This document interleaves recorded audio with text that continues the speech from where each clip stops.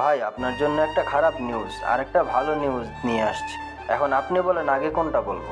নিজের বেডরুমের সোফার উপর বসে থাকা সুলতান খাঁর উদ্দেশ্যে বলে উঠল তার বিশ্বস্ত সহচর রাব্বি। হাতে তার জ্বলন্ত সিগারেট, যার অর্ধেকটা ইতিমধ্যে খাওয়া শেষ, বাকি অর্ধেকটা হাতে নিয়েই বসে আছে সেথায়। পরবর্তী টান দিবে তখনই রাব্বি নামের ছেলেটি তার বেডরুমের ভেতরে ঢুকে তাকে উদ্দেশ্য করে পরের কথাগুলো বলল। আমার সাথে খারাপ জিনিসটাই আগে যায়, তাই খারাপটা দিয়ে শুরু কর। ভাই, খারাপ নিউজ হলো এই মাইয়া আর কেউ না, বরং পূর্ব মির্জার বউ। চোখ দুটো আপনা আপনি চলে গেল রাব্বি নামের ছেলের দিকে। বউকে এক ঝাঁক কৌতূহল বাসা বেঁধে ফেলেছে ইতিমধ্যে। সিগারেটটা টেবিলের উপর একটা ছোট্ট কাচের পাত্রে রেখে দিল। এক মুখ কৌতূহল নিয়ে রাব্বির দিকে পুনরায় প্রশ্ন ছুড়ল সুলতান খাঁ। আর ভালা খবরটা? চোখে মুখে অদ্ভুত হাসি ফুটে উঠল রাব্বির নামের ছেলেটার। তড়িঘড়ি করে বলতে লাগলো। ভাই, শুনছি পূর্ব ভাই নাকি ওই মায়েরে জোর কইরা বিয়ে করছে। মাইয়া আর মাইয়ার পরিবার নাকি রাজি আসিল না। আপনি জানেন এই মাইয়া কেডাই? হেয়ালিপনা সাইরা জলদি বল। ভাই, এটা আলতাফ মির্জার মাইয়া। বিদেশে বড় হয়েছে। পূর্বর বইনের বিয়া খাইতে আসছিল আর ঘটে এই ঘটনা। আর আমি তো এটাও শুনছি যে ওই মাইয়ার লগে দেহাকরণের লাইগে পূর্ব কিছুদিন আগে ছদ্মবেশে আমেরিকা গেছিল। মুখে শয়তানি হাসি ফুটে উঠল সুলতান খাঁর। রাব্বি নামের ছেলেটাকে কাছে এনে বসিয়ে কাঁধে সাবাসের ন্যায় থাপ্পড় মেরে বলল। এতদিনে একটা কামের মতো কাম করছোস বেটা। নে, বাকি অর্ধেক সিগারেট এখন তোর, খা। বলেই আবার সোফার উপর পা তুলে বসে কোনো এক অজানা ভাবনায় বিভোর হয়ে উঠল। এরপর পুনরায় রাব্বি নামের ছেলেটাকে মুখে শয়তানি হাসি ফুটিয়ে বলে উঠল। জানোস রাব্বি, তোর প্রতিপক্ষ শত্রু যখন তোর থেকে অনেক বেশি শক্তিশালী হয়, তখন তারে কি দিয়া পরাজিত করতে হয়? না ভাই। তখন তারে বুদ্ধি দিয়ে পরাজিত করতে হয়। বলেই আবারও শয়তানি হাসি দিয়ে হা হা করে উচ্চ স্বরে হেসে উঠল সুলতান খাঁ। বেডের উপর শুয়ে একবার এপাশ ওপাশ করছে মিহিরিশ, কিন্তু কিছুতেই দু চোখে ঘুম ধরা দিচ্ছে না তার। দেয়ালে থাকা বড় ঘড়িটার দিকে চোখ ঘুরিয়ে দেখে নিল সময়টা। রাত প্রায় 1টা বাজতে চলল। এভাবেই সে গত 30 মিনিট যাবৎ শুয়ে আছে। প্রচণ্ড হাঁসফাঁস লাগছে নিজের কাছে। না তো ঘুম আসছে, আর না একটু আগে সেই ঘটনা ভুলতে পারছে। পূর্বকে সে ভালোবাসে, একটু একটু নয়, প্রচণ্ড ভালোবাসে সে পূর্বকে। যতটা ভালোবাসলে বাবা মা ছেড়ে এক দেশ থেকে আরেক দেশে পাড়ি জমাতে পারে, ঠিক ততটাই ভালোবাসে সে ওই লোকটাকে। কিন্তু বিপত্তি বাধে শুধু পূর্বকে নিয়ে। আচ্ছা, সে পূর্বকে যতটুকু ভালোবাসে, পূর্বও তাকে ততটা ভালোবাসে? তার কাছে তো এটাই মনে হয় না। একবার মনে হয় ওই লোকটাও তাকে ভালোবাসে, কিন্তু পরক্ষণেই আবার নিজের আচরণ ধারা মেহেরিশকে বুঝিয়ে দেয় যে তার প্রতি ওই লোকের কোনো ইন্টারেস্ট পর্যন্ত নেই। এই যে যেমন একটু আগেরই সেই ঘটনাটাই, প্রথমে পূর্বের গভীর সেই স্পর্শ থেকে মনে হয়েছে তার জন্যই বোধহয় পূর্বের মনে কোনো ফিলিংস আছে, কিন্তু পর মুহূর্তে তার সেই উগ্র আচরণে প্রচণ্ড কষ্ট পেয়েছে মেহেরিশ। সাথে উবে গেছে পূর্বের প্রতি আনা সেই বিশ্বাস। আচ্ছা, সে কি ইচ্ছে করে বাধা দিয়েছে ওই লোককে? বুঝবে না তার সমস্যার কথা? এত কিছু বুঝে তাহলে জানতে চাইলো না কেন মেহেরিশ কেন তাকে বাধা দিয়েছে? সেই বিষয়টা একটা বার ঠান্ডা মাথায় জিজ্ঞেসও তো করতে পারতো তাকে। এই সবই ভাবছে সে কখন থেকে। কিছু হলেই বলে চোখের সামনে থেকে সরে যেতে। এই রাতের বেলা এখন সে যাবেটা কোথায়? আর সেই তো তাকে ধরে বেঁধে জোর করে এখানে নিয়ে এসেছে। নিজের কাছেই নিজেকে খুব ছোট মনে হচ্ছে মেহেরিশের। তাই আপাতত অপর পাশে থাকা বেডরুমটায় এসে আশ্রয় নিয়েছে সে। এভাবে পার হলো আরও বেশ কিছুটা সময়। নিজেকে ধাতস্থ করে মেহেরিশ এবার সিদ্ধান্ত নিল মেহেরিশ আর ঘুমাবে না। এত চেষ্টা করেও যেহেতু ঘুম ধরা দিচ্ছে না, তাই সে ভাবলো একটু বাইরে থেকে হেঁটে আসুক। বাইরে বলতে পূর্বের সুইমিং পুলটার সামনে থেকে একটু বসে বসে ছাদ দেখবে সে। সেটা ভেবেই উঠে বসলো খাট থেকে। ছোট ছোট কদম ফেলে বের হয়ে আসলো রুম থেকে। যেহেতু বাইরে যাওয়ার সময় পূর্বের রুম ভেদ করে বাইরে যেতে হয়, তাই পূর্বের রুমের সামনে দিয়ে যাওয়ার সময় একবার দরজা পরখ করে নিল মেহেরিস। পূর্বের দরজাটা বন্ধ, তবে ভেতর থেকে নাকি বাইরে থেকে বোঝা গেল না সেটা, যেহেতু দরজাটা অটো লক করা। এদিকে আর বেশি না ঘেটে আপাতত বাইরে বের হলো মেহেরিস। মাঝরাত, তার উপর ডিসেম্বর মাস, মোটামুটি ভালো শীতই পড়েছে এখানে। পরনে শুধু কালো রঙের একটা শাড়ি। এত রাতে এই শাড়িটা তার কাছে পর্যন্ত মনে হলো না নিজের কাছে। শাড়ির আঁচলটা টেনে যথাসম্ভব নিজেকে ঢেকে নিল মেহেরিস। তাও যেন জর্জেটার শাড়িটা বেদ করে হু হু করে ঠান্ডা বাতাস এসে ছুঁয়ে দিচ্ছে তার সমস্ত শরীর। কাপা কাপা পায়ে এসে দাঁড়ালো পুলের পাশে। ফেরি লাইটের আলোতে পুলের পানিগুলো সব নীল বর্ণ ধারণ করেছে। এসে পানিতে পা দিয়ে বসলো মেহেরিস। সারাদিন মানুষের জমজমাট বিল্ডিংটা রাতের বেলায় পুরো নিস্তব্ধতায় ঘেরা। যদিও দিনের বেলায় উপরে কেউ আসে না। পানিতে পা ভিজিয়ে বসে পা দোলাচ্ছে মেহেরিস। পানিটা দেখে যতটা ঠান্ডা ভেবেছিল ততটাও ঠান্ডা নয়। কালো রঙের শাড়িটা পায়ের কাছ থেকে টেনে একটু উঁচিয়ে বসেছে যেন শাড়িটা না ভেজে যায়। আবার নিজের অসাবধানতার জন্য আচমকা নাকে কোনো কিছুর স্মেল আসতে কিঞ্চিত রয়ে শয়ে শ্বাস নিল মেহেরিস। স্মেলটা একদম বাজে। মস্তিষ্ক ধারণ করতে সক্ষম হলো স্মেলটা কোনো পারফিউমের নয়, বরং সিগারেটের স্মেল। এত রাতে এই স্মেল আসছে কোথা থেকে ভেবেই আশেপাশে ভালো করে চোখ পরখ করে নিল তৎক্ষণাৎ। মেহেরিসের থেকে প্রায় একটু অদূরে একটি চেয়ারে গা এলিয়ে দিয়ে বসে সামনে আরেকটি চেয়ারে পা উঠিয়ে মনের সুখে সিগারেট টানছে পূর্ব। আনমনা মেহেরিস এতক্ষণ খেয়াল করেনি পূর্বকে। তবে মেহেরিসের এখানে আসা মাত্রই পূর্ব নজর পড়েছে মেহেরিসের উপর। তবে কিছু বলেনি সে। নিজের কাজে ব্যস্ত ছিল বিগত ঘণ্টাখানেক যাবৎ। এভাবে একটার পর একটা সিগারেট টেনে যাচ্ছে পূর্ব। মূলত পূর্ব ভাবেনি এই সময় মেহেরিস এখানে আসবে, আর আসলেও বা তার কি।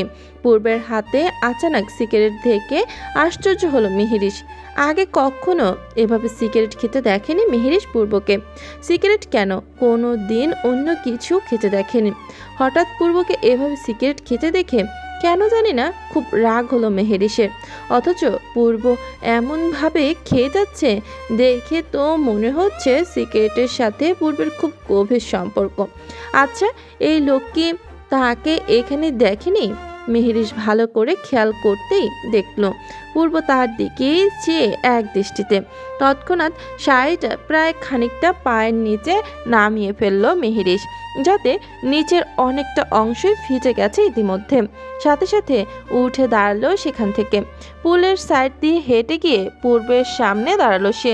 কিন্তু এতেও বিন্দু পরিমাণও হেলদোল নেই পূর্বের। সে এখনো মেহেরিসের বসার স্থানে তাকিয়ে, যেন অন্য কোথাও হারিয়ে গেছে সে। আশেপাশের কোনো কিছুই খেয়াল নেই তার।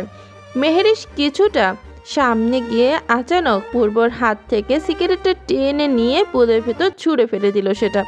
না, এতেও এই লোকের মতি গতির পরিবর্তন হলো বলে মনে হলো না মেহেরিসের। সাথে থাকা চেয়ার তার উপর থেকে আরেকটা সিগারেট ধরে বের করে সেটা খাওয়া শুরু করলো পূর্ব। মুখে চেপে একটু পরপর নিঃশ্বাস ফেলছে আকাশের দিকে চেয়ে, যেন বুকের ভেতরে তীব্র চাপা আর্তনাদ দূরে সরাচ্ছে সিগারেটের ধোঁয়ার সাথে তাল মিলিয়ে।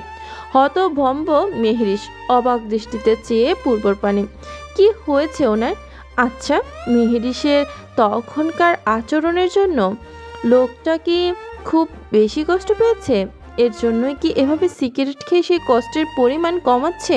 হতভম্ব মেহেরিস গটগট করে বলল, আপনি সিগারেটও খান? তবে কিছু বলল না পূর্ব। সে আপাতত তার কাজে ব্যস্ত, যেন মেহেরিসের বলা কোনো কথাই কানে পৌঁছায়নি তার। কি হলো? কিছু বলছি শুনতে পাননি? এসব খাবার ভালো না, জানেন না? না, এবারও পূর্বর থেকে কোনো উত্তর পায়নি মেয়েটা। আবারও আগের ন্যায় থাবা দিয়ে পূর্বের হাত থেকে সিগারেটের বাকি অংশটা পুনরায় পুলের মধ্যে ছুঁড়ে ফেলল মেহেরিস। এবার বেশ বিরক্ত চোখে তাকালো পূর্ব মেহেরিসের দিকে, তবে মুখে কিছু বলল না। আবারও চেয়ার থেকে আরেকটি সিগারেট নেয়ার উদ্দেশ্যে হাত বাড়ালেই মেহেরিশ তৎক্ষণাৎ সেই পুরো প্যাকেটটি তার হাতে নিয়ে ফেলে, সাথে সাথে সেটাও ছুঁড়ে ফেলে পুলের মধ্যে। এবার পূর্ব তেতে ওঠে পুরো দমে। লাল লাল চোখে মেহেরিশের দিকে তাকালে মেহেরিশ বুঝতে পারে সে কতটা রিক্সি কাজ করেছে ইতিমধ্যে। আর পূর্ব যে এতক্ষণ নিজেকে কত কষ্টে দমিয়ে রেখেছে বোধগম্য হতে কিছুটা ভয় পায় মেহেরিশ নিজের কর্মকাণ্ডে। তাও পূর্বের মনকে ঠান্ডা করতে জেনে বুঝে একটা বোকা প্রশ্ন জিজ্ঞেস করে, আপনি কি আমাকে বার্থডে গিফট না দেওয়ার জন্য আমার সাথে রাগ করেছেন? তাহলে বলছি রাগ করেন না, আমি আগামীকালই আপনার বার্থডে গিফট দিয়ে দিব। মেহেরিশ হয়তো ভেবেছে তার মুখে এহেন বোকা প্রশ্ন শুনে আগের মতো পূর্ব হয়তো মাইন্ড ড্রাইভার্ট হবে বা হেসে উঠবে, কিন্তু মেহেরিশকে পুরোপুরি ভুল প্রমাণ করে পূর্ব সেখান থেকে আচানক উঠে চলে গেল ভেতরের দিকে। যেতে যেতে দাঁতে দাঁত পিষে বিড়বিড় করে বলে গেল, ইডিয়েট। ঘড়ির কাঁটায় সকাল 8:09। না চাইতেও মেহেরিশের কাঁচা ঘুমটা হঠাৎ করে ভেঙে গেল। আর মোড়া ভেঙে উঠল মেহেরিশ। কাল রাতে পূর্বর ওপর পাশে থাকা রুমটা ঘুমিয়েছিল সে। ঘুম থেকে উঠে শরীরের সাদা কমফোর্ট দেখে বেশ হতবাক হয়েছে মেহেরিশ। তার স্পষ্ট মনে আছে গতকাল রাতে তো এটা ছিল না। সারে গায়ে জড়িয়ে নিয়ে ঘুমিয়ে পড়েছিল সে। তবে সকালে এটা আসলো কিভাবে এখানে? তাহলে কি পূর্ব দিয়ে গেছে? এটা হতেও পারে। এখানে তো সে আর পূর্ব ছাড়া অন্য কোনো মানুষ নেই ভেবেই আনমনা মুচকি হাসি ফুটে উঠল মেহেরিশের মুখে। কমফোর্টটা আরো শক্ত করে জড়িয়ে ধরল নিজের শরীরে। উঠে কোনো রকম ফ্রেশ হয়ে বাইরে বের হয়ে আসলো মেহেরিশ। পূর্বের রুমটার দরজাটা খোলা দেখে একটু গিয়ে লুকিয়ে চুরিয়ে দেখলো সেথায় রেডি হচ্ছে পূর্ব বড় আয়নাটার সামনে দাঁড়িয়ে। আজ গায়ে সাদা রঙের একটি চেক টি শার্ট জড়িয়েছে লোকটা। হয়তো মাত্র গোসল করে এসেছে। ঝাঁকড়া চুলগুলো থেকে এখনো কিছু পানি পড়ছে। এই মুহূর্তে পূর্বর চুলে থাকা পানিগুলোকে ভীষণ হিংসা হচ্ছে মেহেরিশের। মন চাচ্ছে নিজের শাড়ির আঁচল দিয়ে লোকটার চুলগুলো মুছে দিতে, কিন্তু সাহস আর সামর্থ্য কোনোটাই নেই এখন মেহেরিশের। তার এই ধারণার মধ্যে ড্রেসিংয়ের ওপর রাখা বরুণ চকলেট রঙের ওয়াচটা হাতে পেঁচিয়ে নিল পূর্ব। এপাশে ঘুরতেই তৎক্ষণাৎ দরজার আড়ালে লুকিয়ে পড়ল মেহেরিশ। তবে পূর্বর মতো এমন তীক্ষ্ণ দৃষ্টি সম্পূর্ণ মানবের চোখ ফাঁকি দেয়া কি এতই সোজা? পূর্ব দেখেছে মেহেরিশকে, তবে কোনো প্রতিক্রিয়া করেনি দেখে সকাল সকাল সে কোনো সিন ক্রিয়েট করতে চায় না। এমনিতেই মেহেরিশের উপর কাল রাত থেকে ভীষণ ক্ষেপা পূর্ব। অকথ্য তর্ক না করে সোজা রুম থেকে বের হওয়ার সময় দরজার আড়ালে থাকা মেহেরিশের গমগমের স্বরে আদেশসূচক বাক্য বলে গেল, আমি না আসা পর্যন্ত বাসা থেকে বের হবে না। ব্যাস এটা বলেই সেই স্থান ত্যাগ করলো পূর্ব। মেহেরিশ প্রতিবারের ন্যায় এবারও বেশ অবাক। এই লোকের চোখ কয়টা আল্লাহ জানে। দরজার কলিং বেলের শব্দ পাওয়া মাত্রই মেহেরিশ এসে দরজা খুলতেই ভেসে ওঠে হৃদয় নামের ছেলেটার চেহারা। হাতে বড় বড় দুটো ব্যাগ। ছেলেটা মেহেরিশের দিকে না তাকিয়ে হাতের ব্যাগগুলো মেহেরিশের দিকে এগিয়ে দিয়ে অন্যদিকে ফিরেই মেহেরিশের উদ্দেশ্যে বলতে লাগলো, ভাবি ভাই নাস্তা পাঠাইছে আপনার জন্য। ভাই বলছে জলদি খেয়ে নিতে। ওরে কোথায় এখন ভাইয়া? ভাই একটা মিটিং এ গেছে, আসতে একটু সময় লাগবে। আপনার কিছু দরকার হলে ভাই বলছে আমাকে বলতে। কিছু লাগবে না আপাতত। আচ্ছা ভাবি, তাহলে আমি আসি। এটা বলেই মেহেরিশকে আর কিছু বলতে না দিয়ে যথাদ্রুত সেই স্থান ত্যাগ করলো হৃদয় নামের ছেলেটি। মেহেরিশ একটু অবাক হলো বটে। একে তো এমন তাড়াহুড়ো করলো, তার উপর আবার তার দিকে না তাকিয়ে গটগট করে চলে গেল কেন? যাই হোক, নাস্তার ব্যাগটা ভেতরে এনে টেবিলের উপর রেখে দিল মেহেরিশ। এতগুলো নাস্তা একসাথে কে পাঠায়? তাকে কি নিজের মতো রাক্ষস ভেবেছে নাকি যে একসাথে এতগুলো নাস্তা খাবে সে? তার এখন নাস্তা খাওয়ার নয়, বরং অন্য কিছুতে হাঁসফাঁস লাগছে ভীষণ। এই মুহূর্তে মেহেরিশের বাড়িতে যেতে হবে। নিজের কাছে খুব অস্বস্তি লাগছে। গোসল করলে হয়তো একটু ভালো লাগতো। সেই যে কাল থেকে শাড়ি পরে আছে তো আছেই, এটা পরে আর কতক্ষণ থাকবে? এই লোকের কি আক্কেল জ্ঞান নেই? এই মুহূর্তে তার বাড়ি যাওয়া বেশ প্রয়োজন, কিন্তু কিভাবে যাবে সে ভেবে দ্রুত নিজের ফোনটা দিয়ে এরিনার নাম্বারে কল লাগালো মেহেরিশ। কিন্তু পরপর অনেকবার রিং হওয়ার পর সেই ফোন রিসিভ না করতে দেখে পরক্ষণেই আবার ইরার নাম্বারে কল দিল সে। ইরাকে দুবার কল দিতে রিসিভ করলো ইরা। মেহেরিশকে উদ্দেশ্য করে বলে উঠল। হ্যাঁ মেহেরিশ, বলো। প্রচণ্ড হাঁসফাঁস করতে করতে মেহেরিশ অস্ফুট স্বরে বলে উঠল।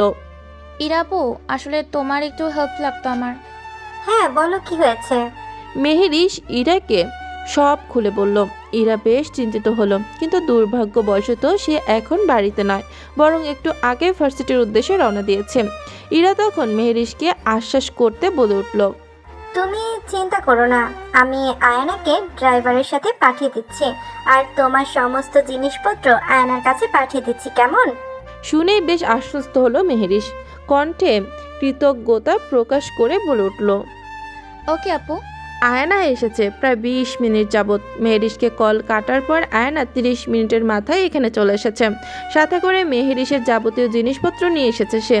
সেখান থেকেই মেহেরিশ একটা জলপাই রঙের 3 পিস পরে নিল। জলপাই রঙের এই ড্রেসটা মেহেরিশকে গত পরশু এরিনা দিয়েছিল। মেহেরিশও ভেবেছে এখন থেকে সে খুব শালীন পোশাক আশাক পরবে। যা যা পূর্ব অপছন্দ করে সেগুলো আর পরবে না ভেবেই তখন নিয়েছিল এই ড্রেসটা। সেটাই পরেছে এখন সে। ফর্সা গায়ের রঙে জলপাই কালারের সাথে হোয়াইট কম্বিনেশনের 3 পিসটায় খুব মানিয়েছে মেহেরিশকে। সাথে একটু আগেই শাওয়ার নেওয়ার দরুন মেয়েটাকে খুব ফ্রেশ আর সতেজ লাগছে। আয়নায় বসে বসে কার্টুন দেখছে। মেয়েটার সুযোগ পেলেই গোপাল ভাঁড় নিয়ে পড়ে যায়। আচ্ছা আয়না, তুমি কি এখানে শপিং মলগুলো চিনো? কার্টুনের ধ্যান মগ্ন আয়না পেছনে ঘুরে তাকিয়ে উত্তরে বলে উঠল। হ্যাঁ আপু, চিনি তো। আমাকে একটু নিয়ে যেতে পারবে? কেন, তোমার কিছু লাগবে? হ্যাঁ, কিছু কেনাকাটা করতাম টুকটাক। হ্যাঁ যেতে পারবো, কিন্তু পূর্ব ভাই কি জানে? ভাইয়া কি যেতে দিবে? মেহেরিশ কিঞ্চিত ভাবুক হয়ে পড়ল। ঠিকই তো, ওই লোক শুনলে কি যেতে দিবে তাকে? আর সে তো ওই লোকের জন্যই গিফট আনতে যাচ্ছে, তাহলে বলেও তো যেতে পারবে না। তাই আবারও আয়নার দিকে তীক্ষ্ণ প্রশ্ন ছুড়ল মেহেরিশ। আচ্ছা, মার্কেট এখান থেকে বেশি দূর না, তাই না? হ্যাঁ আপু। তাহলে এক কাজ করি, আসো আমরা এখনই রওনা দিই। তোমার ভাই মনে হয় না দুপুরের আগে আর আসবে। আমরা এতক্ষণে গিয়ে চলে আসতে পারবো, কি বলো? সে আমি রাজি, কিন্তু পূর্ব ভাই জানলে কিন্তু খুব রাগ করবে আপু, তখন কিন্তু আমাকে কিছু বলতে পারবে না। আরে কিছু হবে না, চলো তো। ব্যস্ত সড়কে দিনের বেলা গাড়ির তাণ্ডবে মানুষ চলাচল করা মুশকিল। আয়ানার দিকে আসা গাড়িটা করেই মেহেরিশ আর আয়ানা ছুটেছে শপিংয়ের উদ্দেশ্যে। তবে প্রচণ্ড জ্যামের কারণে বিগত 20 মিনিট যাবৎ একই স্থানে বসে আছে তাদের গাড়িটা। একটু পরপর ফোনের স্ক্রিনে পরখ করে নিচ্ছে মেহেরিশ। এভাবে বসে থাকলে তো শপিংয়ে যেতে যেতেই দুপুর হয়ে যাবে। বাসায় যাবে কখন? যদি পূর্ব জেনে যায় সে বাড়ি থেকে না বলে বের হয়েছে, তখন নির্ঘাত তার উপর রেগে যাবে ভেবেই মেহেরিশ আয়নাকে বলল। আয়না, তুমি তো বললে মার্কেট সামনে, এক কাজ করে আসো, এখান থেকে নেমে আমরা হেঁটে হেঁটেই বরং যাই। কি বলো আপু, হেঁটে যাবা? হ্যাঁ, তাহলে যেতে যেতেই তো আমাদের দুপুর হয়ে যাবে। বলেই এক প্রকার তড়িঘড়ি করে নেমে আসলো গাড়ি থেকে মেহেরিশ আয়নাকে নিয়ে। পুরো রাস্তা জুড়ে জাম, দূর দূরান্ত পর্যন্ত দেখা যাচ্ছে গাড়ির এক লাইনে দাঁড়িয়ে থাকার সমারোহ।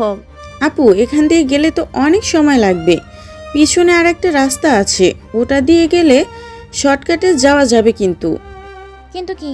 ওখানে বেশি মানুষ আসা যাওয়া করে না, নিরিবিলি তো, তাই। তাহলে ওখান দিয়েই যাই, চলো। আমরা দুজন তো আছি, সমস্যা হবে না। মেহেরিশ আয়নাকে নিয়ে হেঁটে হেঁটে একটু সামনে যেতেই মনে হলো কেউ তাদের পিছু নিয়েছে। ভালো করে খেয়াল করতেই দেখলো 3 থেকে 4টা ছেলে তাদের পেছন পেছনই আসছে। প্রথমে বিষয়টি নর্মালি নিলেও একটা সময় সেটা সন্দেহে পরিণত হয়। কি হলো আপু, এমন জোরে হাঁটছো কেন হঠাৎ? আয়না দেখো তো পেছনের ছেলেগুলোকে চেনো কিনা। আয়না পেছন ঘুরে তাকালো, দেখতে পেল কয়েকজন ছেলে তাদের পেছন পেছন আসছে। ছেলেগুলোকে চেনে আয়না। এখানের একটা ছেলে যার নাম রাপি, কিন্তু সবার কাছে যে সর্বক্ষণ সুলতান খাঁর চামচা নামে বেশি পরিচিত, যা দেখে অনেক ভয় পেল আয়ানা। আপু, এগুলো তো সুলতান খাঁর চামচা, কিন্তু ওনারা আমাদের পিছু নিচ্ছে কেন? সুলতান খাকে? আরে মনে নেই তোমার? ওই যে প্রথম দিন পূর্ব ভাই সুলতান খাঁকে মারলো, যে যা দেখে তুমি সেন্সলেস হয়ে গিয়েছিলে, ভাইয়ের চিরশত্রু। তো তারা আমাদের পেছনে লাগবে কেন? আমাদেরকে চিনে নাকি ওনারা? আমার খুব ভয় করছে আপু, কি করব এখন? আমাদের মনে হয় গাড়ি থেকে নামা উচিত হয়নি। চলো আবার গাড়িতে ফিরে যাই। আয়নার মুখে এহেন কথায় কিঞ্চিত ঘাবড়ালো মেহেরিশও, তবে সেটা প্রকাশ করলো না। সাহসীর ন্যায় বলে উঠল, আরে মনে হচ্ছে ওনারাও মার্কেট যাচ্ছে। দুপাশে মস্ত বড় বড় দুটি বিল্ডিং, যেগুলো তৈরির কাজ চলছে, যার কারণে আগে একজন মানুষের চলাচল থাকলেও এখন আর এখান দিয়ে কেউ চলাচল করে না। তবে এই মুহূর্তে হঠাৎ এতগুলো ছেলেকে দেখে মেহরিশ ভীষণ চমকালো ভয়ে। কিন্তু তার পর মুহূর্তে রাস্তার সামনে আচানক একটা গাড়ি থামানো দেখে কিছুটা স্বস্তি ফিরে পেল। বোকা মেহরিশ এখনো বুঝতেই পারলো না সে গাড়িটা আসলে কার। অতঃপর গাড়ির ভেতর থেকে সুলতান খাঁকে বের হয়ে আসতে দেখে আয়নার চোখ ভয়ে ছানা বড়া হয়ে গেল। মেহরিশ একবার দেখেছিল, কিন্তু তখন পুরো চেহারা রক্তাক্ত ছিল বিধায় চিনে উঠতে পারেনি সে। তবে আয়না বেশ ভালো করে চেনে এই দুশ্চরিত্র লোককে। তার ভাই কতবার মেরেছে এই লোককে। ভয়ে আয়নার হাঁটা থেমে গেল। মেহরিশ আয়নাকে জিজ্ঞেস করলো, কি হলো আয়না, থেমে গেলে কেন? আপু, সুলতান খাঁ। কি হলো? কোথায় সুলতান খা? ওই যে সামনে, ওইটা তো সুলতান খাঁ আপু। এখন কি হবে? এখান থেকে পালানোর রাস্তা তো নেই। আজকে আমরা শেষ। এদিকে মেহরিশিকে আচমকা এভাবে দেখে সুলতান খান নিজের কুদৃষ্টি নিক্ষেপ করলো মেহরিশের ওপর। এমনভাবে নির্লজ্জের মতো চেয়ে আছে যেন মেহরিশকে নয়, বরং কোনো নিঃস্বার্থ বস্তুকে পরখ করছে সামনে থেকে। আমার এলাকায় এত সুন্দর বুলবুলি ঘুরে বেড়ায়, এটা যে আমার পরম সৌভাগ্য। ইস, বুলবুলিরে দেখে মনে হইতাছে টোকা দিলেই শরীর দিয়ে রক্ত পড়বে। এবার পুরো দমে ভয়ে নুয়ে গেল মেহরিশ। ভয়ে অন্তরাত্মা শুকে গেছে। মনে হচ্ছে অনেক বড় ভুল করে ফেলেছে। পূর্বর কথার অমান্য করে মোটেও ঠিক হয়নি তার এটা করা। এখন কি করবে ভেবেই সিদ্ধান্ত নিল সাইড থেকে পালানো ছাড়া আর কোনো উপায় নেই। আয়নার হাত শক্ত করে চেপে ধরল মেহরিশ। আস্তে আস্তে ফিসফিসিয়ে বলল, আয়না রেডি হও, আমরা পালাবো। কথা মতে তৎক্ষণাৎ আয়নার হাত শক্ত করে চেপে ধরে আচমকা দৌড় দিল মেহরিশ। আকস্মিক এমন দৌড় দিবে ভাবতে পারেনি সুলতান খাঁ আর তার চামচারা। পর মুহূর্তেই তারাও মেহরিশ আর আয়নার পিছু পিছু দৌড়াতে শুরু করে। অতঃপর মেহরিশদের আটকে ফেলে তারা চারপাশ থেকে। ভয়ে আয়না আর মেহরিশের কপাল থেকে জর্জরিত করে ঘাম পড়ছে। এই নির্জন রাস্তায় তাদের মেরে ফেলে দিলেও বোধহয় কেউ খুঁজতে আসবে না ভেবে ভয়টা আরও বেড়ে গেল।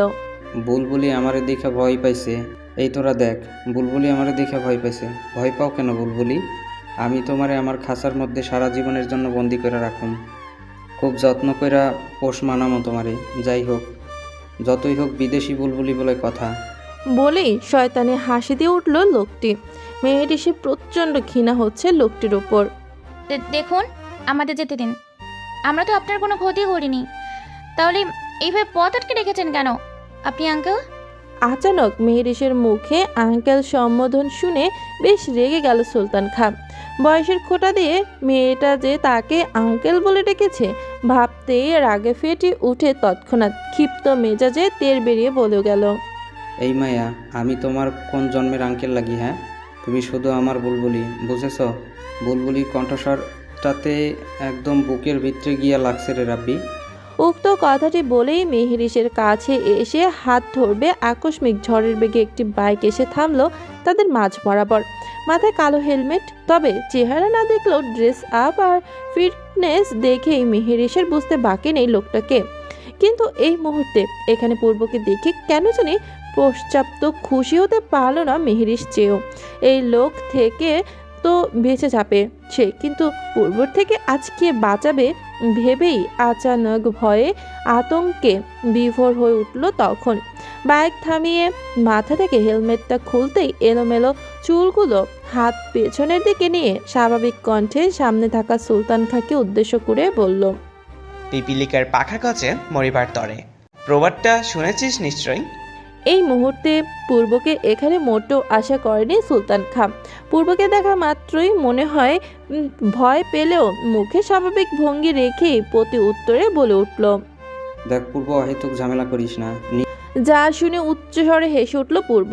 হাসতে হাসতেই সুলতান খাঁর উদ্দেশ্যে বলল, লাস্ট একটা সুযোগ দিয়েছিলাম, কিন্তু তোর ব্যস্ততা সেটা ধরে রাখতে পারিস নাই। আর এইবার সোজা আমার পরিবারের দিকে নজর দিয়ে ফেলেছিস।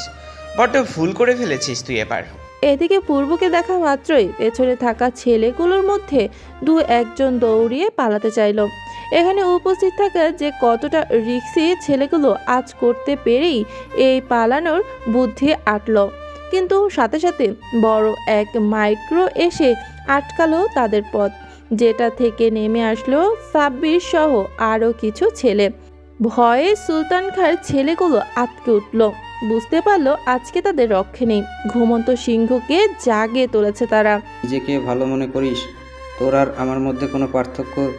জোর করে বিয়ে করছিস, তাও আবার কাকে? শেষমেশ এই মাইয়াকে। বাপের রক্ত বলে কথা, বাপ থেকে আলাদা হলি কোথায়?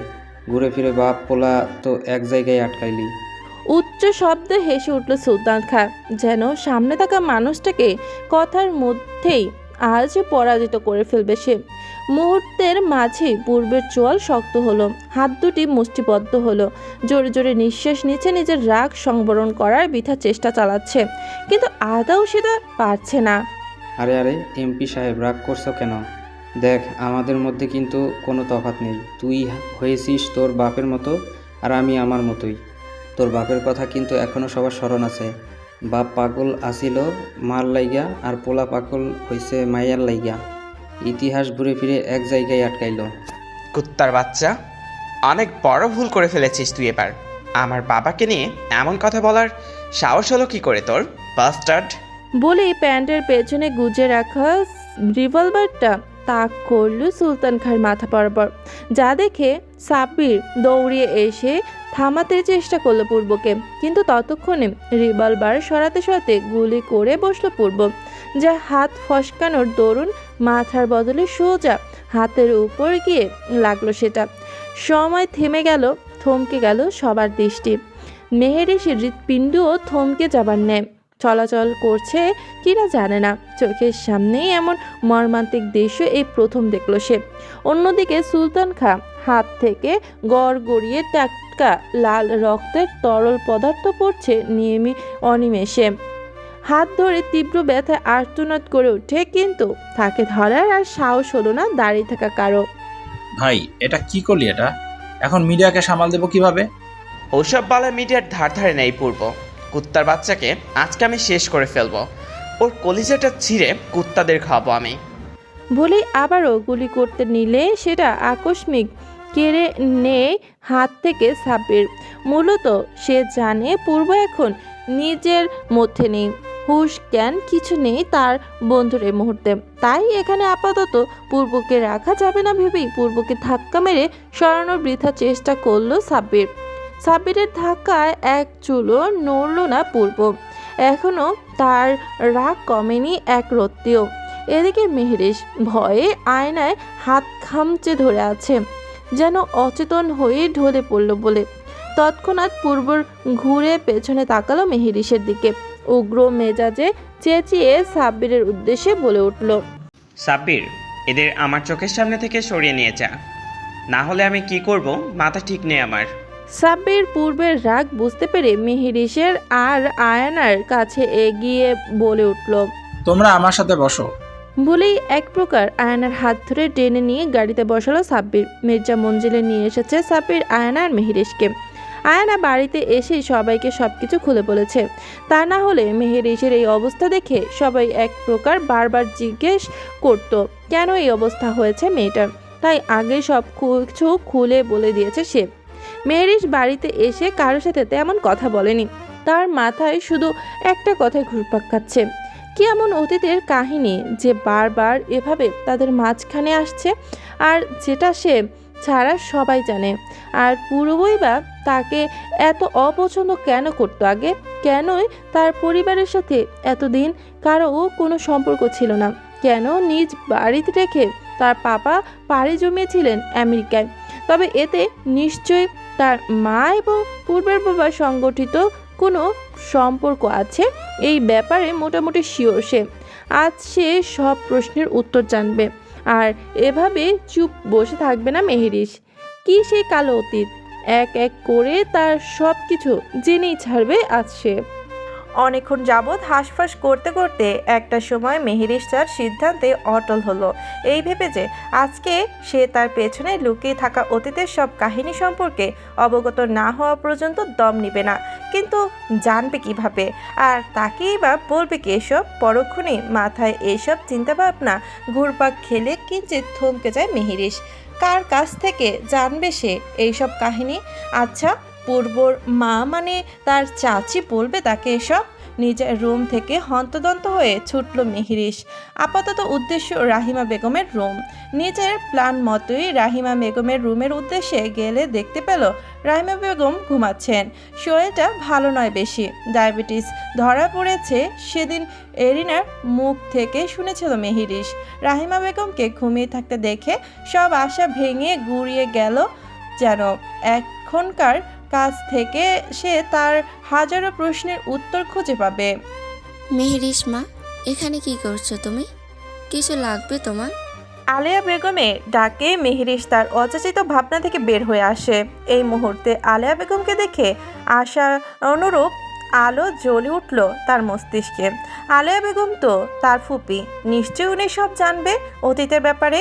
বুকে এক ঝাঁক কৌতূহল সাথে এক বুক আশা নিয়ে আলেয়া বেগমের উদ্দেশ্যে বলল, ফুপিমণি, তোমার সাথে আমার কাছে ইম্পর্টেন্ট কথা ছিল। তুমি কি ব্যস্ত? না মা, কি বলবি বল, শুনছি আমি। এখানে নয়, অন্য কোথাও। আর কথাগুলো খুবই ইম্পর্টেন্ট আমার জন্য। আচ্ছা আয় তাহলে, আমার ঘরে আয়। আলেয়া বেগমের রুমে বসে আছে মেহেরিশ। আলেয়া বেগম মেহেরিশের পাশে এসে বসলেন। আলতো মুখে মেহেরিশের উদ্দেশ্যে জিজ্ঞেস করলেন, কি বলবি মা? ফুপি, আজকে আমি তোমাকে যা জিজ্ঞেস করব আমাকে প্লিজ সবগুলোর উত্তর দিবে। আলেয়া বেগম বোধহয় কিছুটা আঁচ করতে পারলেন মেহেরিশের প্রশ্ন সম্পর্কে, তাও মুখে স্বাভাবিকের সহিত পুনরায় জিজ্ঞেস করলেন, হ্যাঁ বল, কি জানতে চাস? বসা থেকে উঠে দাঁড়ালো মেহেরিশ। খানিকটা ভাবুক দৃষ্টিতে চেয়ে আলেয়া বেগমের দিকে। কিছুক্ষণ পিনপতন নীরবতা। এরপর আবার গমগমে স্বরে জিজ্ঞেস করলো, আচ্ছা পুপি, বাবা কেন আমাদের এখানে নিয়ে আসতেন না গিয়ে? কেন তোমরা সবাই থাকার পরও বাবা কোনো যোগাযোগ রাখতেন না তোমাদের সাথে? এরপর থেমে আবার পুনরায় বলতে লাগলো, জানো ফুপি, বাবাকে আমি খুব ভালোবাসি। ছোটবেলা থেকেই পাপার আদেশ কখনো অমান্য করিনি। ছোটো থেকে আমেরিকায় বড় হয়েছি। কোনো দিন পাপা মাম্মিকে ছাড়া কোনো রিলেটিভদের সাথে দেখা করিনি। পাপাকে কয়েকবার প্রথমে জিজ্ঞেস করলেও পাপা চুপ থাকতেন, কিচ্ছু বলতেন না। তাই একটা সময় বিরক্ত হয়ে জিজ্ঞেস করে ছেড়ে দিয়েছিলাম। জ্ঞান হওয়ার পর মাম্মিকে দেখতাম তোমাদের সাথে মাঝে মাঝে ফোনে কথা বলতে। মাম্মি লুকিয়ে কথা বলতেন তোমাদের সাথে, তবুও কিচ্ছু জানতে চাইনি। এরই মাঝে হঠাৎ একদিন এরিনাপুর বিয়ে ঠিক হলো। পাপা আমাদের এখানে নিয়ে আসলেন। সবাই আমাদের মেনে নিল। শুধু একটা মানুষ আমাকে খুব অপছন্দ করতেন। আই হোপ তুমি জানো সেই মানুষটাকে। কিন্তু উনি কেন আমাদের এত অপছন্দ করতেন ফুপি? আর পাপা আর মাম্মিকেই বা এতটা অপছন্দ করার কারণ কি? কী সেই অতীত? আজ আমাকে সব কিছু বলো প্লিজ, কোনো কিছু লুকিয়ে রেখো না। আর আমার যে সব কিছু জানা খুবই প্রয়োজন, খুবই প্রয়োজন। আলেয়া বেগমও মেহেরিশের পিছু দাঁড়ালেন। অতঃপর মেহেরিশের হাত দুটো কোমলভাবে নিজের হাত দিয়ে চেপে ধরে কাছে এনে বসালেন খাটের ওপর। শান্ত নিবেশ গলায় ধীরে ধীরে শুধালেন, আজকে তোকে সব বলবো রে মা। তোর তো জানা প্রয়োজন সব থেকে বেশি। আজ থেকে প্রায় 19-20 বছরের আগের কথা। তোর মা মিন্নাত আগে থেকেই খুব সুন্দরী ছিল। মিন্নাত আর আলতাফ প্রায় সমবয়সী ছিল। শুনেছি তোর মা যখন ছোট ছিল তখন তোর নানা নানি মারা যায়। তোর মা একাই একমাত্র সন্তান ছিলেন তাদের। এরপর মিন্নাত তার চাচা চাচির কাছে বড় হয়েছিল। মিন্নাতের চাচা একজন সত্য নিষ্ঠাবান মানুষ হলেও চাচি ছিলেন অনেক খারাপ আর অত্যাচারী একজন মহিলা। অনেক কষ্ট দিতেন তিনি তোর মাকে। শুনেছি মিন্নাতকে নাকি ঠিকমতো খেতেও দিতেন না তিনি। অনেক কষ্ট করে লেখাপড়া করেছিল নাকি মিন্নাত। দেখতে অপরূপা সুন্দরী ছিল, যদিও এখনও তার কোনো অংশে কম যায় না। এরপর যখন আলতাফ এবং তোর মা একই কলেজে পড়ালেখা করে তখন তাদের মধ্যে প্রেমের সম্পর্ক তৈরি হয়। অন্যদিকে আমার বড় ভাই আহাদ মির্জা ছিলেন ছোট থেকে একজন রাজনীতিবিদ। রাজনীতি তার রক্তে গড়া। আমার বাবা মা যখন মারা যায় তখন ভাইকে আমরা অল্প বয়সী বিয়ে করিয়ে দেই। আমি তখন অতটা ছোট ছিলাম না, সব কিছু বুঝতাম। বড় ভাবি মানে রাহিমা বেগমও অল্প বয়সী ছিল তখন। তিনি আমাদের নিজের ছোট বোনের মতো স্নেহ করতেন। বিয়ের পরের বছরই পূর্বর জন্ম হয়। এভাবেই খুব শান্তিতে দিন চলছিল আমাদের। তার মধ্যে অবশ্য আমার বিয়ে হয় আমানের বাবার সাথে এবং আমানের জন্ম হয়। এভাবেই খুব সুখ শান্তিতেই আমাদের দিন কাটছিল। একদিন আমরা জানতে পারলাম তোর বাবা আলতাফ মিন্নাতকে এই বাড়িতে নিয়ে আসে এবং আমরা সবাই মিন্নাতের সাথে আলতাফের বিয়ে পড়াই। যেহেতু মিন্নাত একাই ছিল তাই আর কারোর জন্য অপেক্ষা করিনি আমরা। পূর্ব মিন্নাত এবং আলতাফ বলতে পাগল ছিল। আলতাফ ও পূর্বকে আদর করত নিজের ছেলের মতোই। দিনকাল ভালোই চলছিল। আহাদ ভাই যখন এলাকার এমপি ছিল, সাধারণ জনগণের সেবা করাই ছিল তার প্রধান কাজ। সবসময় রাজনীতিতেই ব্যস্ত থাকতেন তিনি। বাসায় আসতো না ঠিকমতো। পূর্বের যেই ক্লাবটি দেখেছিস ওখানে আগে আহাদ ভাইয়ের ক্লাব ছিল, কিন্তু নির্বাচনের সময় তার সাথে থাকা সবচেয়ে কাছের দুজন বন্ধুই তার সাথে বিশ্বাসঘাতকতা করেন। ভাই বুঝতে পারে দুধ কলা দিয়ে সে সাপ পুষেছিল। তার বিরুদ্ধে গিয়ে তারই বিরোধী পার্টিদের সাথে হাত মেলায় তারা। দুজনের মধ্যে একজনের চোখ পড়েছিল মিন্নাতের উপর। ভাইয়ের সাথে সম্পর্ক থাকাকালীন প্রায় আসতো তারা এই বাড়িতে। মিন্নাতকে খারাপ দৃষ্টিতে দেখলে এবং অসংযত আচরণ করার জন্য আহাদ ভাই তার বন্ধুকে খুব শাসিয়েছিলেন সবার সামনে। এরপরে তারা ভাইকে শত্রু মনে করতে থাকে, তার বিরোধী দলের পার্টির সাথে হাত মিলিয়ে নেয়। তারপর একদিন বলেই চুপ হয়ে যায় আলিয়া বেগম। অপরদিকে মেহরিশ এতক্ষণ খুব মনোযোগ সহকারে তার ফুপের কথাগুলো শুনছিল। আলিয়া বেগমের হঠাৎ নিশ্চুপ হয়ে যাওয়াকে কেন্দ্র করে মেহরিশ গমগমের স্বরে তার ফুপিকে প্রশ্ন ছুড়ে বলল, কি হয়েছিল ফুপি তারপর? আলিয়া বেগমের চোখ দিয়ে পানি টলমল করছে। যেন না চাইতেও সেই অতীতের কালো ঘটনা, সেই কালো রাতের কথা তার চোখ স্পষ্ট ভেসে উঠছে বারবার। এরপর কিছুক্ষণ থেমে আবারও আগের ন্যায় বলতে শুরু করেন। সেদিন বৃষ্টির জন্য মানুষ বাইরে বের হতে পারছিল না। আলতাফ আটকা পড়ে গিয়েছিল বাইরে। একদিন 2 দিন আলতাফকে আর কোথাও খুঁজে পাচ্ছিলাম না আমরা। মিন্নাত তো প্রায় পাগলের মতো হয়ে গিয়েছিল। আহাদ ভাই একদিকে তার রাজনীতি সামনে, নির্বাচন এইসব সামলানো, তার উপর আবার নিজের ভাই নিখোঁজ হওয়ার ব্যাপারটা, দুটোতেই মানসিকভাবে ভেঙে পড়েছিলেন। চারপাশে খোঁজ খবর লাগিয়েও যখন আলতাফকে কোথাও খুঁজে পাওয়া গেল না, তখন হঠাৎ একদিন মিন্নাত মানে তোর মার কাছে একটি চিঠি আসে। চিঠিটা খুবই গোপনীয়তার সাথে মিন্নাতের কাছে পৌঁছে দেওয়া হয়েছিল, যার কারণে আমরা কেউ তখন কিছু জানতে পারিনি সেই চিঠির ব্যাপারে। কৌতূহলী মেহরিশ তার ফুপিকে মাঝ পথে থামিয়ে তার মাঝে প্রশ্ন করে বসল, সেই চিঠিতে কি লেখা ছিল ফুপি? তখন আমরা সেটা জানতাম না। বাড়িতে অনেক মানুষ জমা হয়েছিল। একে তো রাজনীতির তাগিদে তোর চাচার কাছে প্রায় মানুষ আসা যাওয়া করত, তার উপর আবার আলতাফের নিখোঁজ হওয়ার খবরে প্রচুর মানুষ বাড়িতে ছিল সেদিন। আহাদ ভাই তখন সেইখানে একটি মিটিংয়ে বসা ছিল। মিন্নাত তৎক্ষণাৎ গিয়ে কাউকে কিছু না বলে সোজা ভাইয়ের কাছে গিয়ে তার দিকে তীক্ষ্ণ দৃষ্টিতে চেয়ে বলে উঠেছিল আলতাফের ব্যাপারে। আচানক মিন্নাতের মুখে এহেন কথা শুনে ভাই তবদা খেয়ে গিয়েছিল। সেও তো তার ভাইকে খোঁজে, তাহলে হঠাৎ করে মিন্নাত কেন তার কাছে জানতে চাইছে আলতাফ কোথায় সেটা? আশেপাশে অনেক মানুষ জমা ছিল। ভাইকে কিছু বলতে না দিয়েই মিন্নাত গড়গড়িয়ে বলে দিয়েছিল ভাই নাকি মিন্নাতকে পছন্দ করত। প্রায় সময় উত্ত্যক্ত করত, খারাপ নজরে দেখত।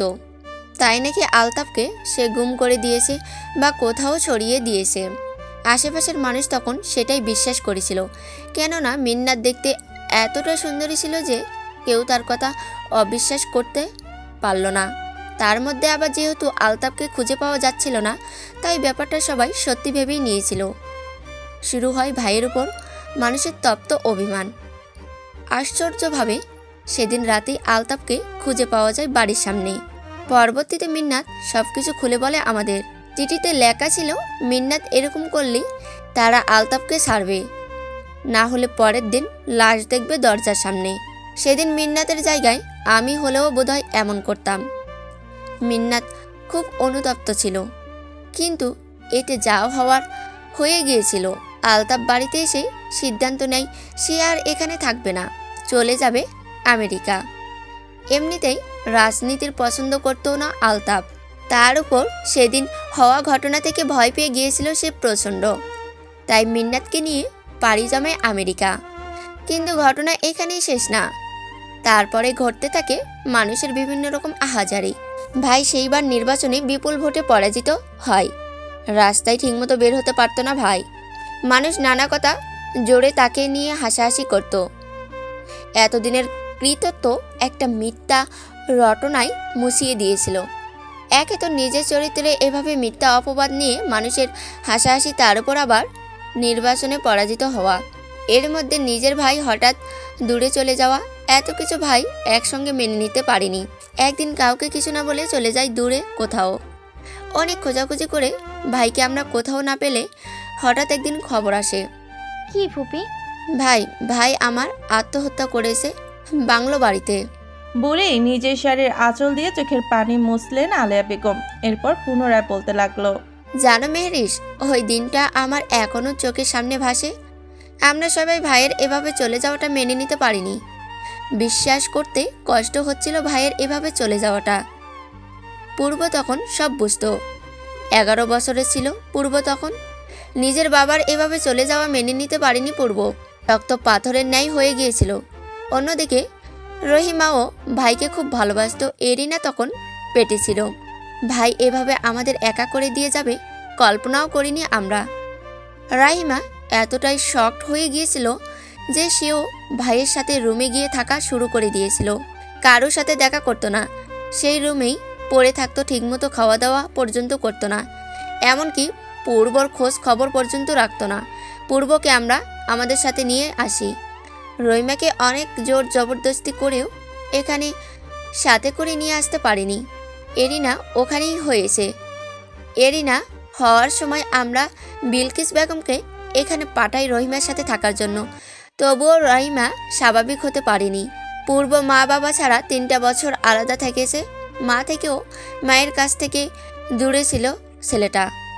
আচ্ছা ফুপি, চাচ্চু মারা যাবার খবর কি পাপা জানতে পারেননি? পাপা আসেনি বাংলাদেশ? তোমার পাপা জানতে পেরেছিল, আসতেও তো সময় লাগে। এতদিন তো আর রাখা সম্ভব ছিল না ভাইকে।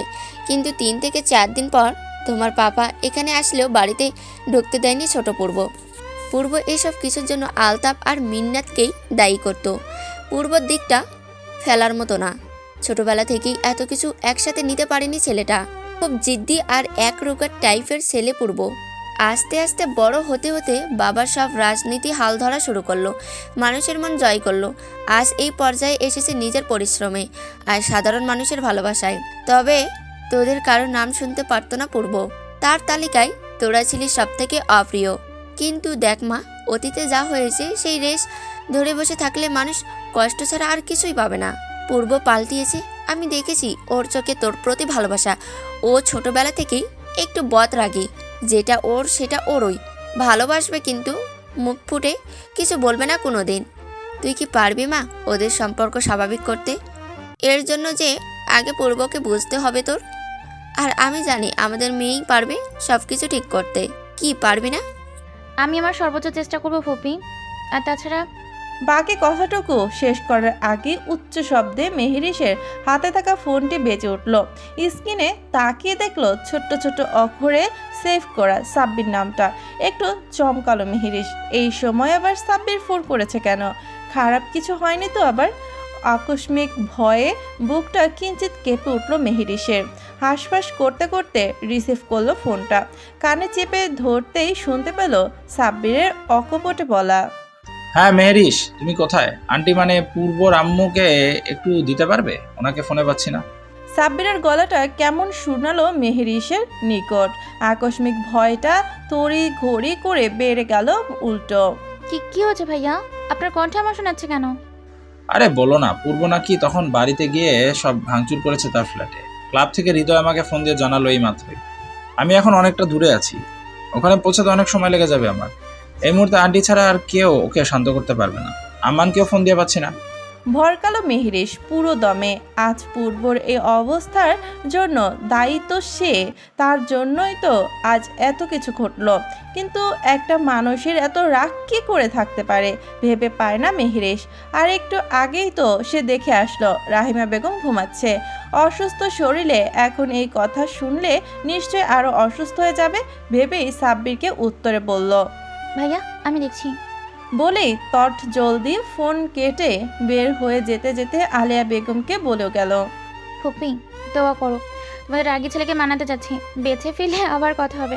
বলেই যথাযথ ত্যাগ করলো সেই স্থান। পূর্বের রুমের সামনে 2 থেকে 3 জন ছেলে দাঁড়িয়ে আছে। একটু পর পর রুম থেকে ভাঙা চূড়ার শব্দে আটকে উঠছে ছেলেগুলো, কিন্তু চেয়েও কিছু করতে পারছে না তারা। এর আগেও পূর্বকে এভাবে রাগতে দেখেছে, কিন্তু আগের থেকে এবারের রাগের মাত্রাটা একটু বেশি মনে হলো তাদের নিকট। এভাবে দাঁড়িয়ে আছে তারা প্রায় 40 মিনিট যাবৎ।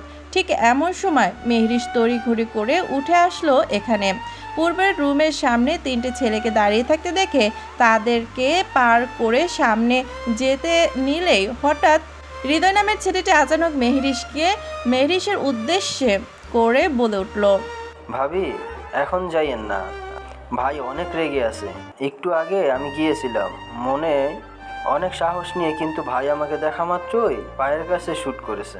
আর একটু হলেই আমার পাটা শেষ হয়ে যেত। আজ বলেছে তার পারমিশন ছাড়া যেন কেউ আপাতত ভিতরে না ঢোকে। এটা শুনে একটু বেশি ভয় পেল এবার মেহরিশ। আচ্ছা, লোকটা যেভাবে রেগে আছে তাকে দেখা মাত্রই যদি তার মাথা বরাবর শ্যুট করে দেয় তো? কিন্তু তার তো এভাবে ভয় নিয়ে বসে থাকলে চলবে না, বড় কোনো অঘটন ঘটার আগেই থামাতে হবে তাকে।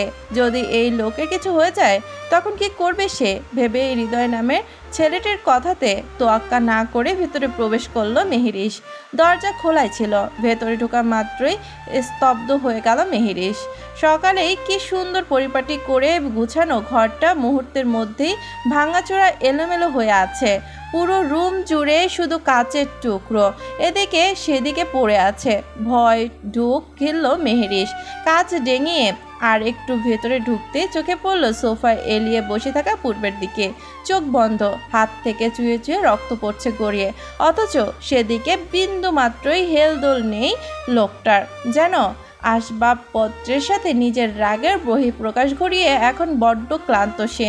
সেই ক্লান্তের উৎস টেনেই নিজেকে আরাম দিচ্ছে কিছুক্ষণ। মেহরিশ আরেকটু কাছে যাওয়ার চেষ্টা পা বাড়াতেই অসাবধানতাবশত পায়ের সাথে পড়ে থাকা কাচের টুকরো বাড়ি যে ঝুনঝুন শব্দ তুলল মুহূর্তেই। চোখ মেলে তাকালো পূর্ব। এই মুহূর্তে মেহরিশকে এখানে দেখে অবাক হলো না একটু পূর্ব।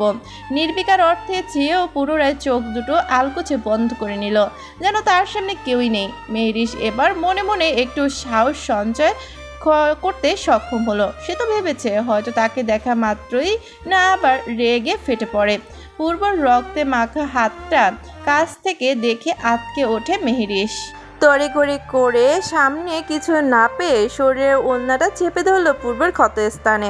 ওড়নাটা পেঁচাতে লাগলো, আপাতত রক্ত পড়া বন্ধ করতে হবে, না হলে যে বড় কোনো দুর্ঘটনা ঘটে যাবে রক্ত শূন্যতায়। ওড়নাটা বেঁধে মেহরিশ গতকাল যে রুমটা ঘুমিয়েছিল সেই রুমের উদ্দেশ্যে ছুটল। গতকাল সেখানে ফার্স্ট এড বক্স দেখেছিল সে, মূলত সেটা আনতেই ছুটছে। মুহূর্তের ব্যবধানে হাতে সেই ফার্স্ট এড বক্সটা নিয়ে ফিরে আসলো সেটা থেকে। পূর্ব এখনো আগের ন্যায় চোখ দুটো বন্ধ করে নির্বিকারভাবে বসে আছে। মেহেরি সংদর্পণে ওড়নাটা সরিয়ে আস্তে আস্তে তুলে স্যাবলন দিয়ে কাটা জায়গাটা পরিষ্কার করতে লাগলো। কাটা জায়গায় স্যাবলন লাগাতে গিয়ে পরিমাণ জ্বলে সেটা যারটা সেই বুঝবে, কিন্তু কাটা স্থানে স্যাবলন লাগিয়ে মেহেরিসের শরীর কাটা দিয়ে উঠলেও রিয়াকশন হলো না পূর্বের। এখনও চোখ দুটো বন্ধ করেই রেখেছে সে। হাতে ব্যান্ডেজ করতে করতে এতক্ষণে মেহেরিস খেয়াল করলো পূর্বর সকালের সেই অফ হোয়াইট রঙের টি শার্টটাও রক্তে লাল হয়ে আছে। মেয়েটা প্রচণ্ড আঁতকে উঠল। এতক্ষণ খেয়াল করেনি সে। পরক্ষণে পূর্বর দিকে চোখ তুলে তাকালো মেহেরিস। শুনছেন, একটু উঠুন, আপনাকে ডক্টরের কাছে যেতে নিতে হবে, নাহলে ইনফেকশন হয়ে যাবে। কি অবস্থা করেছেন এসব? পূর্ব এখনো চুপ, কোনো কথা বলছে না। এভাবে পূর্বকে শান্ত থাকতে দেখে কেন জানি শান্তি পাচ্ছে না মেহেরিস। পরপর আবারও বলে উঠল, আম সরি, আমি সেদিন সত্যিই বুঝতে পারিনি এমন কিছু হবে। আমি আর কখনো আপনার কথা অমান্য হব না। যা বলবেন তাই করবো। প্লিজ এখন উঠুন এখান থেকে। না, এবারও মেহেরিসের কথার কোনো প্রভাব ফেলল না পূর্বের উপর। যেন তার সামনে মানুষ নয়, বরং কোনো মানুষরূপী রোবট বসে আছে। এমন সময় সেখানে হাজির হলো সাব্বির। সাব্বির এসে দেখলো মেহেরিস পূর্বর হাত দুটো ধরে বসে আছে পায়ের কাছে। মেয়েটার চোখ দিয়ে পানি পড়ছে, নাক টানছে একটু পরপর। রুমের বেহাল দশা দেখে সব কিছু আন্দাজ করে নিল সাব্বির। দ্রুত কারো নাম্বারে ফোন করলো একটু আড়াল হয়ে। কিছুক্ষণ কথা বলে আবারও মেহেরিসের সামনে এগিয়ে আসলো। পূর্বর চোখ দুটো এখনো বন্ধ। এদিকে মেহেরিস সাব্বিরকে দেখে কিছুটা আশ্বস্ত হলো। ভাইয়া দেখুন না, ওনার হাত থেকে রক্ত পড়া বন্ধ হচ্ছে না। প্লিজ কিছু করুন, উনি তো আমার কথা শুনছে না। এবার ব্লিডিং হলে তো হিতে বিপরীত হবে। কিন্তু মেহেরিসের কথা বিন্দু মাত্রে চমকালো না সাব্বির। যেন এসবের সাথে সে খুব ভালোভাবে খুব পরিচিত। উল্টো মেহেরিসকে আশ্বস্ত করে উত্তরে বলে উঠল, ভাবলিও না মেহেরিস, তুমি বরং বাড়িতে যাও, আমি আছি এখানে। আমি ওকে ডাক্তার দেখে বাড়িতে নিয়ে যাব। মেহেরিস শুনল না সাব্বিরের কথা, উঠে দাঁড়ালো সেখান থেকে। তবে বাইরে বের হলো না, বরং একটু সাইড হতে দাঁড়ালো। পূর্বের আচানক পাথরের মতো শক্ত হয়ে যাওয়াটা নিয়ে বেশ অনুতপ্ত মেহেরিস। কি করলে এই মুহূর্তে স্বাভাবিক হতে হবে তার সামনের মানুষটি, সেসব ভাবনায় ব্যস্ত মেয়েটা। ভাই উঠ এখান থেকে, কি করেছিস নিজের হাল? এবার যেন সাব্বিরের কথা হুঁশ ফিরে আসলো পূর্বর। অচেতন মনে চোখ দুটো খুলে তাকালো সাব্বিরের দিকে। নিরেট কণ্ঠে সাব্বিরের দিকে চেয়ে বলে উঠল, আমাদের একা ছেড়ে দে। আকস্মিক এহেন কথায় সাব্বির বুঝতে পারলো এখানে তার বন্ধু আমাদের বলতে কাকে বুঝিয়েছে। এই মুহূর্তে তার বন্ধু কেন তাকে চলে যেতে বলেছে বুঝে উঠতে পেরেই অহেতুক কথা না বাড়িয়ে সাব্বির আর কিছু না বলে যেভাবে এসেছিল সেভাবেই চলে গেল। যাওয়ার সময় দরজাটা সশব্দে লাগিয়ে গেল বাইরে থেকে। অনেকক্ষণ যাবৎ এক জায়গায় স্থিরভাবে দাঁড়িয়ে আছে মেহেরিস। নড়াচড়া পর্যন্ত করছে না মেয়েটা। একে তো সারা ফ্লোরে ছড়িয়ে ছিটিয়ে পড়ে থাকা ভাঙা আসবাবপত্র, তার উপর হঠাৎ করে পূর্বের এহেন কথা। সাব্বিরকে চলে যেতে বলার বিষয়টা বোধগম্য হচ্ছে না মেহেরিসের, কিন্তু আকস্মিক ভয়ে গলা শুকিয়ে যাচ্ছে। গায়ে ওড়না নেই, দুপাশে ব্রাউন রঙের চুলগুলো ছড়িয়ে রাখা, হাত কসলাচ্ছে দাঁড়িয়ে দাঁড়িয়ে। মেহেরিসের এই একটা অভ্যাস, যখনই কোনো চিন্তা বা একটু ভয় পাবে তখনই নিজের হাত কসলাবে মেয়েটা। বার কয়েক আর চোখে পর্যবেক্ষণ করছে পূর্বর গতিবিধি। এখন মনে হচ্ছে তখন সাব্বিরের কথা মতো এখান থেকে চলে গেলেই হয়তো ভালো হতো তার জন্য। ভীষণ আফসোস হচ্ছে নিজের কাজে। দাঁড়িয়ে থাকা মেহেরিসের হঠাৎ চোখ গিয়ে আটকালো পূর্বের অপর পাশের সোফাটার উপর, যেখানে কয়েকটি শপিং ব্যাগ রাখা। তার মধ্যে থেকে দু একটা পড়ে আছে ফ্লোরে, তবে ভেতরে কি সেটা জানে না মেহেরিস। দেখারও যাচ্ছে না, বুঝবে কি করে মেয়েটা। এখানে আসো। মেহেরিস যেহেতু পূর্বের পেছনে দাঁড়িয়েছিল, তাই তো বোঝা গেল না লোকটা তাকিয়ে তাকে আসতে বলেছে নাকি এখনো চোখ বন্ধ করেই আছে। তবে তাকে যে কাছে যেতে বলেছে সেটা বুঝতে পারলো মেহেরিস। কাল বিলম্ব না করে জলদি পূর্বের সামনে গেল মেহেরিস। কিঞ্চিত দূরত্ব দাঁড়িয়ে আছে তার থেকে। নিজের পূর্ণ দৃষ্টি নিক্ষেপ করলো মেহেরিসের উপর। একদম খুঁটিয়ে খুঁটিয়ে কি যেন দেখছে সে কখন থেকে। একটু আগেই মেহেরিসের করা সাদা ব্যান্ডেজটা আর সাদা নেই, সাদা রং পাল্টিয়ে সেটা লাল হয়ে গেছে পুরোপুরি। মেহেরিস একবার চোখ উঠিয়ে সেই হাতের দিকে পরখ করে নিল। মেহেরিস আর দেরি করলো না, তৎক্ষণাৎ পূর্বের কাছে গিয়ে আগের ন্যায় হাঁটু গেড়ে বসে যেই না পূর্বর হাত ধরতে যাবে, ঠিক তখনই মেহেরিসকে উদ্দেশ্য করে বলে উঠল, ডোন্ট টাচ। ভরকালো মেহেরিস, এই তো একটু আগেই তো সে নিজের হাতে ব্যান্ডেজ করে দিল, কই তখন তো তাকে বাধা দেয়নি, তাহলে এখন আবার তাকে স্পর্শ করতে বারণ করছে কেন? মনে মনে এসব ছক আঁকলেও মুখে বলল, আপনার হাত থেকে তো এখনও ব্লিডিং হচ্ছে, ইমিডিয়েটলি আপনাকে হসপিটাল যেতে হবে, না হলে না হলে বুঝতে পারছেন না কি হবে? প্লিজ বাচ্চাদের মতন জিদ ধরবেন না, কথাটা শুনুন, চলুন হসপিটালে। তোর কথা কেন শুনবো? তুই শুনেছিস আমার কথা? আমি মরলে তুই আর তোর বাপ সব থেকে বেশি খুশি হবে। কী সব পাগলের মতন বলছেন এসব? মাথা খারাপ হয়ে গিয়েছে আপনার? আর রইলো আপনার কথা শোনার, তার জন্য তো আমি মাপ চেয়েছি, বললাম তো এখন থেকে আর কোনো দিন আপনার কথার অমান্য হব না, যা যা বলবেন তাই করবো, প্লিজ এখন চলুন। যাব না, তোর কথাই বিশ্বাস নেই। তুই এখন বলবি একটা কথা, একটু পর আবার সব ভুলে যাবি। এবার যদি আপনার কথার অবাধ্য হই তাহলে আপনি যা শাস্তি দেবেন সব মঞ্জুর। ভালোবাসিস আমাকে? পূর্বের মুখে আকস্মিক এহেন কথায় ভীষণ ভাবে চমকালো মেহেরিস। এই মুহূর্তে এই কথা আশা করেনি একদমই। হঠাৎ এই লোকের মুখে এমন কথায় খানিকটা লজ্জা পেল মেয়েটা। কি বলবে উত্তরে সে, আর কিভাবেই বা বলবে তাকে ভালোবাসার কথা? তাই কোনো কিছু না বলে চুপ রইল খানিকক্ষণ। তার মানে ভালোবাসিস না? বলেই সোজা উঠে দাঁড়ালো পূর্বকে এভাবে আচানক উঠতে দেখে হন্তদন্ত হয়ে মেহেরিস জিজ্ঞেস করলো, এ কি উঠছেন কেন, কোথায় যাচ্ছেন? জাহান্নামে, চোখের সামনে থেকে যা। আলগা দরদ দেখাতে আসবি না, জাস্ট অসহ্য লাগে এসব আলগা পিরিত। সময় চলমান, যে তার নিজ গতিতে চলতেই থাকে, বাধা মানে না কারো। এই যে বিকেল পেরিয়ে সূর্য হেলে পড়েছে বেশ খানিকটা সময়, রাত হয়ে গেছে। পূর্ব তখন বসা থেকে উঠে নিজের রুমে গিয়ে সেই যে দরজা লাগিয়েছে আর খোলার নাম নেই। মেহেরিস বেশ কয়েকবার দরজা নক করলেও ভেতর থেকে উত্তর আসেনি কোনো। প্রথমে বেশ চিন্তিত হয়ে পড়লেও খানিকক্ষণ বাদে সাব্বিরকে একটা মধ্যম বয়সী মহিলাকে নিয়ে আসতে দেখে মনে কিছুটা স্বস্তি ফিরে এসেছিল তার। সেই মহিলা একটু আগে পুরো ঘর পরিষ্কার করে দিয়ে গিয়েছে। মেহেরিসকে আশ্বস্ত করে সাব্বির বলছে চিন্তা না করতে।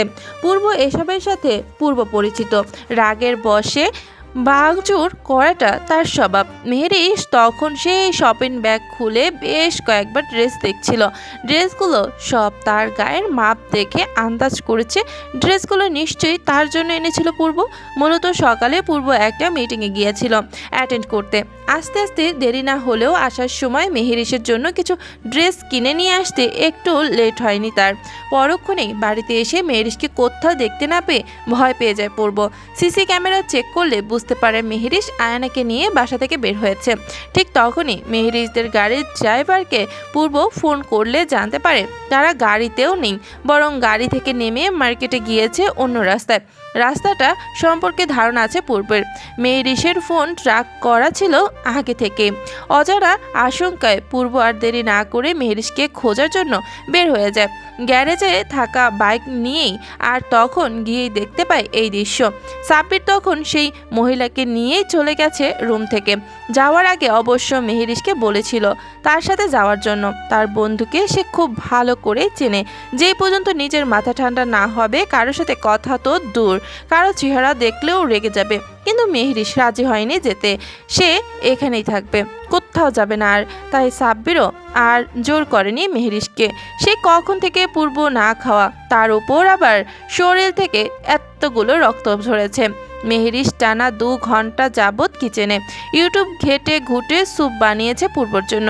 মুখে ময়দার ছড়াছড়ি। আজ পাক্কা গৃহিণী মেহেরিস। কিচেনে প্রবেশ করার আগে পূর্বর আনা সেই ড্রেস থেকে আকাশি রঙের একটা লং 3 পিস পরে নিয়েছিল সে। ওড়নাটা কোমরে গুজে তারপর পূর্বের জন্য সে কখন থেকে স্যুপ রান্না করছে মেয়েটা। এখন তা যার জন্য এত কষ্ট করে স্যুপ টুপ রেঁধেছে তাকে খাওয়াতে পারলেই রান্নাটা সার্থক তার। স্যুপের বাটিটা হাতে নিয়ে দাঁড়িয়ে আছে পূর্ব দরজার সামনে।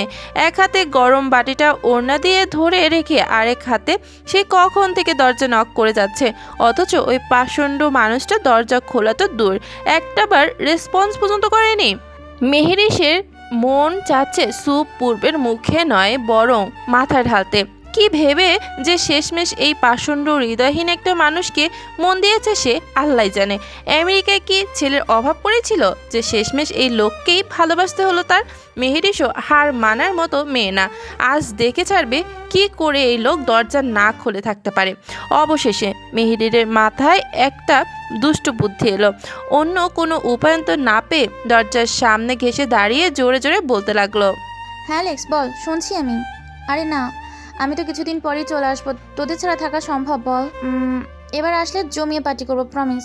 আচ্ছা, তোর ভাইয়ের একটা হট ছবি দে তো আমাকে জলদি, অনেক দিন ধরে ক্রাশটাকে দেখি না। উফ, কষ্টে বুকটা ফেটে যাচ্ছে রে আমার। বাকি কথা শেষ করার আগেই উচ্চ শব্দে দরজা খুলে দিল পূর্ব। চোখে মুখে রাগের বহিঃপ্রকাশ উপচে পড়ছে, যেন এই মুহূর্তে সে মেহেরিসকে চোখ দিয়ে গিলে ফেলবে।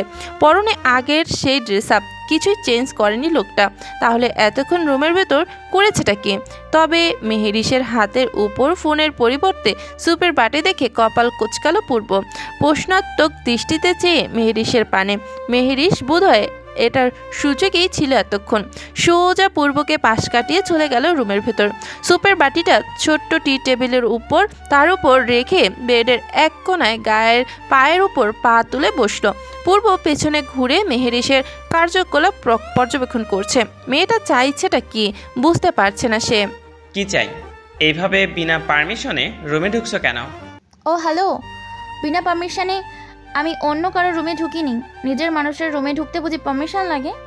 বুড়ো কুচকিয়ে চাইল পূর্ব মেহেরিসের দিকে, গমগমে স্বরে বলল, নিজের মানুষ? হ্যাঁ, আপনি তো আমার নিজেরই মানুষ, আমার হাজব্যান্ড, বাংলায় যাকে বলে স্বামী। বলেই লজ্জা পাওয়ার ভান করলো একটু মেহেরিস। হঠাৎ মেহেরিসের এমন কর্মকাণ্ড বড় আজব লাগছে পূর্বের নিকট। এই মেয়ের মতে গতি বোঝা দায় হয়ে পড়েছে আজকাল তার কাছে। এই যে দেখেন, কত কষ্ট করে আপনি যদি সব রান্না করে নিয়েছি, তাজে খেয়ে ফেলুন তো। আহারে, মুখটা কেমন শুকিয়ে গেছে, মনে হচ্ছে কত বছর ধরে না খাওয়া। এত বছর না খেলে মানুষ বাঁচে, ইডিয়েট। আরে রাখছেন কেন? যা সত্যি তাই তো বললাম। আপনাকে দেখে তো সেটাই মনে হচ্ছে। অনাহারে যাকে মানুষ ঠিক মতো খেতে দেয় না, দেখুন দেখুন, মুখটা শুকিয়ে একটুখানি হয়ে গিয়েছে। মেহেরিসের কথায় পূর্ব খানিকটা এগিয়ে গেল সামনের দিকে, তবে মেহেরিসের সামনে নয় বরং রুমের ভেতরে দেয়ালের সাথে অ্যাটাচ করা বড়ওয়ালা মিররটার সামনে। আর চোখে কয়েকবার পরখ করে নিল নিজেকে গুটিয়ে গুটিয়ে। না, কই, তাকে তো ঠিকঠাকই লাগছে দেখতে। এই বাচ্চা মেয়েটা শেষ পর্যন্ত তাকে নিয়ে মজা নিচ্ছে। চোয়াল শক্ত হয়ে উঠল তৎক্ষণাৎ। একে তো মিথ্যা বলে তাকে নিয়ে রুম খুলিয়েছে, তার উপর আবার তখন থেকে যা নয় তাই বলে যাচ্ছে অনায়াসে। এক থাপ্পড় মেরে সব দাঁত ফেলে দিব বেয়াদব।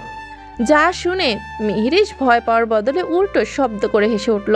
হাসি থামছেই না। পূর্ব এতক্ষণ রেগে থাকলো, মেহেরিস আচানক হাসিতে অপলক দৃষ্টিতে চেয়ে আছে সেথায়, যেন এক চঞ্চল হরিণীর হাসির রিনিচিনির শব্দের ছন্দ তুলছে চারপাশে।